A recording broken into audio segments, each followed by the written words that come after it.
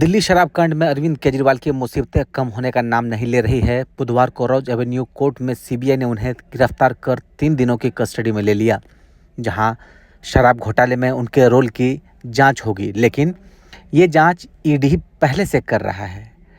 तो क्या दोनों के इन्वेस्टिगेशन के मुद्दे अलग अलग हैं, या फिर केजरीवाल से सही ढंग से पूछताछ के लिए एक साथ दो एजेंसियां मिलकर काम कर रही हैं?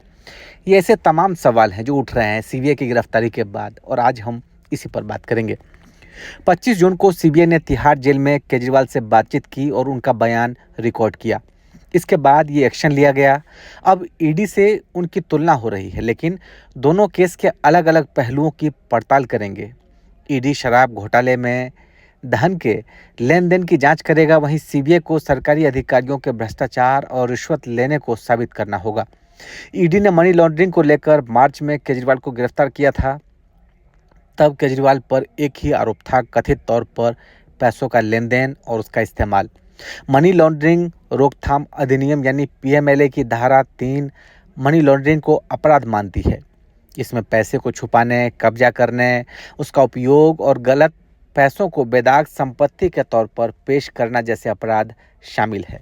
इंडियन एक्सप्रेस की रिपोर्ट के मुताबिक ईडी ने आरोप लगाया कि यह घोटाला थोक शराब कारोबार को निजी संस्थाओं को देने का था। सीबीआई ने साल 2022 में भ्रष्टाचार निवारण अधिनियम यानी पीसी एक्ट के तहत करप्शन का मामला दर्ज किया था, लेकिन यहाँ कुछ अलग था। इसमें केजरीवाल को आरोपी के तौर पर नहीं रखा गया था।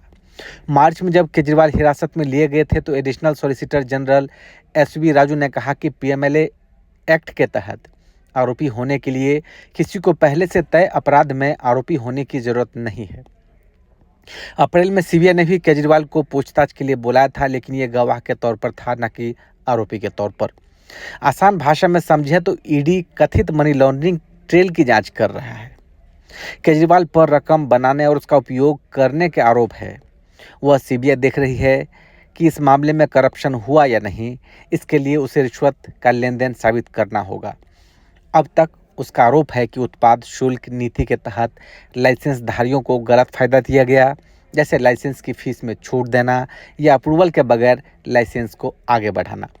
वैसे तो जांच एजेंसी के पास केजरीवाल को अरेस्ट करने का विकल्प था, लेकिन इसके पहले कुछ ठोस सबूत चाहिए थे ताकि कथित घोटाले में उसका इन्वॉल्वमेंट दिखाया जा सके।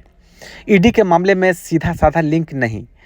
उसने दिल्ली के सीएम और आम आदमी पार्टी के कन्वीनर के तौर पर केजरीवाल को कथित दागी फंड से जोड़ते हुए आरोप लगाया। हालांकि भ्रष्टाचार के मामले में यह कोई विकल्प नहीं है।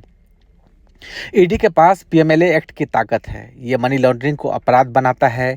ये नॉन बेलेबल है, जिसमें जमानत देना पूरी तरह से कोर्ट का फैसला होगा।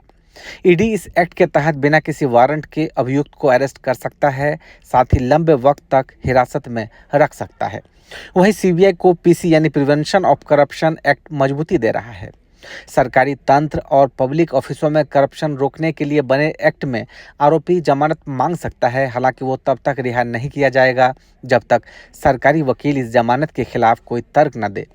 नवंबर 2021 में आम आदमी पार्टी की सरकार ने दिल्ली में ये नीति लागू की।